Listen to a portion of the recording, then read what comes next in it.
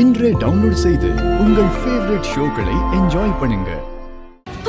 என்னங்க அம்மா, எந்த தப்பும் பண்ணாத உங்களுக்கு ஏங்க இந்த நிலைமை? ஐயோ கடவுளே.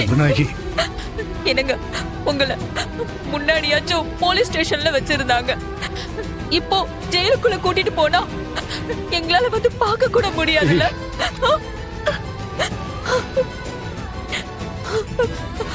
15 நாள் அங்க எப்படி இருக்க போறீங்கன்னே தெரியல. யாரும் பண்ண கொலைக்காக கடவுள் ஏங்க உங்களை போய் தண்டிக்கணும்? இத பாரு செல்வநாயகி, பிளீஸ் அழாத. எனக்கு எந்த பிரச்சனையும் வராது. 15 நாள் தானேம்மா. எப்படி அவங்களால நான் தான் கொலையை பண்ணேன்னு நிரூபிக்க முடியாது. பண்ணாத கொலைக்கு எப்படி அவங்களால ஆதாரம் கண்டுபிடிக்க முடியும்? போலீஸ் எப்படியும் இந்த 15 நாளுக்குள்ள உண்மையான கொலைகாரனை கண்டுபிடிச்சிருவாங்க. நான் கண்டிப்பா வெளியே வந்துருவேமா, நீ கவலைப்படாத. கபிலா பா, எப்படிப்பா அம்மாவால கவலைப்படாம இருக்க முடியும்?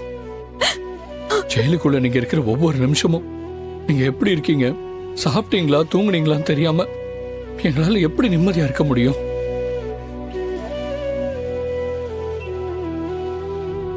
பாரு, சில நல்ல விஷயங்கள் நடக்கணும்னா அதுக்கு இந்த மாதிரி சில சோதனைகள் வரத்தான் செய்யும். அது எல்லாத்தையும் தாண்டிதான் நம்ம வந்தாகணுமா. ஹைலி, அங்க பாத்தியா வெளியே ஆம்புலன்ஸ் நிக்குது. அதை வச்சு எப்படியாவது மோனிகாவோட பிளான நடக்க விடாம தடுத்தாகணும். டைம் ஆச்சு சார். மாமா, உள்ள உங்களுக்கு எந்த பிரச்சனையும் வராது மாமா. எல்லாத்தையும் அண்ணி பார்த்துப்பாங்க.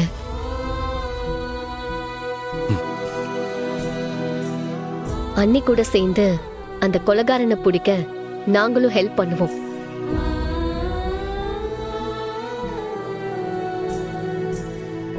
மாமா, மயக்கம் போட்டு விடுற மாதிரி நடிங்க.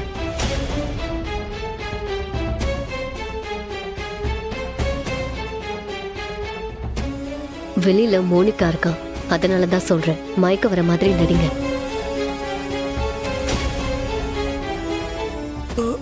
மாமா, மாமா, சித்தப்பா, என்னாச்சு மாமா? சித்தப்பா, சித்தப்பா, மாமா என்னாச்சு? இங்க பாருங்க, மாமா இங்க பாருங்க. மாமா என்னாச்சு சித்தப்பா? கான்ஸ்டபிள், ஆம்புலன்ஸ் கூட்டா. இங்க பாருங்க. சீக்கிரமா. என்னாச்சு சார்? தண்ணி இருக்கா?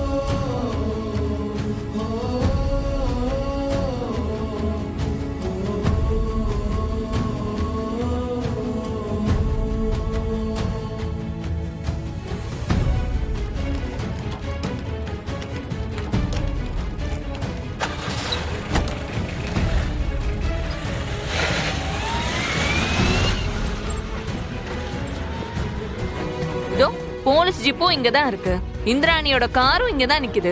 அப்ப அவர் எப்படி போயிருப்பாரு? என்ன பறந்தா போவாரு? சூப்பர் மோனிகா, சும்மா சொல்லக்கூடாது.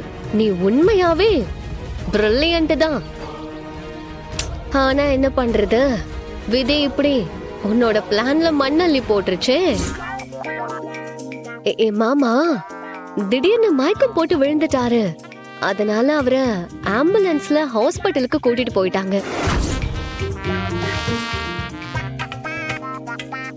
ஆம்புலன்ஸா? நான் ஒண்ணு பார்க்கவே இல்லையே. நாங்க சத்தியமா தான் சொல்றோம், ஒரு ஆம்புலன்ஸ்ல தான் போனாரு. என்ன நீங்க நம்பல?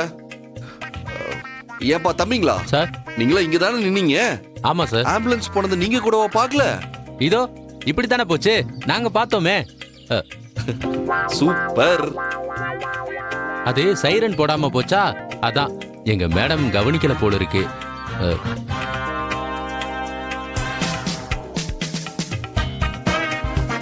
மோனிகா போதுமா?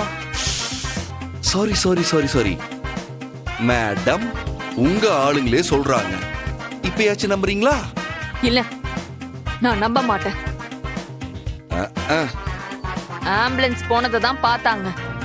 அதுல இந்திராணியோட சித்தப்பா இருந்ததை பார்க்கல.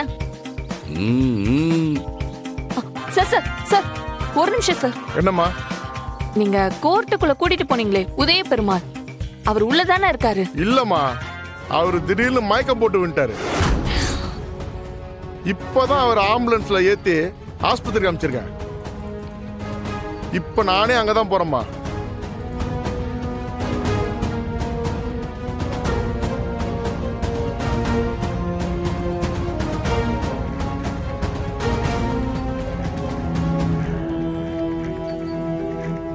இதுக்கு மேலயும் உனக்கு நம்பிக்கை வரலனா நீ டைம் டிராவல் பண்ணி தான் போய் பார்க்கணும். நான் தான் அப்பவே சொன்னேன்ல, நாங்க இருக்கிற வரைக்கும் உன்னால அந்த குடும்பத்தை ஒன்னும் பண்ண முடியாது. இதுக்கப்புறமாவது திருந்த பாரு, இல்ல அடுத்த தடவை விழறாடி இன்னும் பலமா இருக்கும்.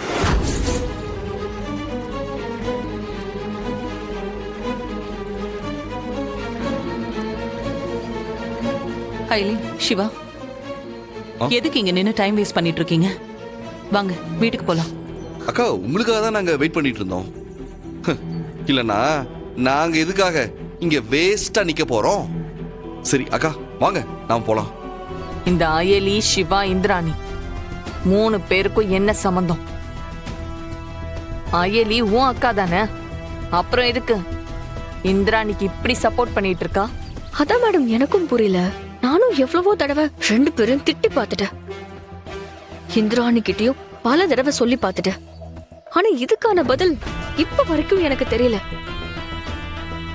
ஆனா அவங்க 3 பேருக்குள்ளயும் ஏதோ ஒரு கனெக்ஷன் இருக்கு மேடம், அது மட்டும் உண்மை.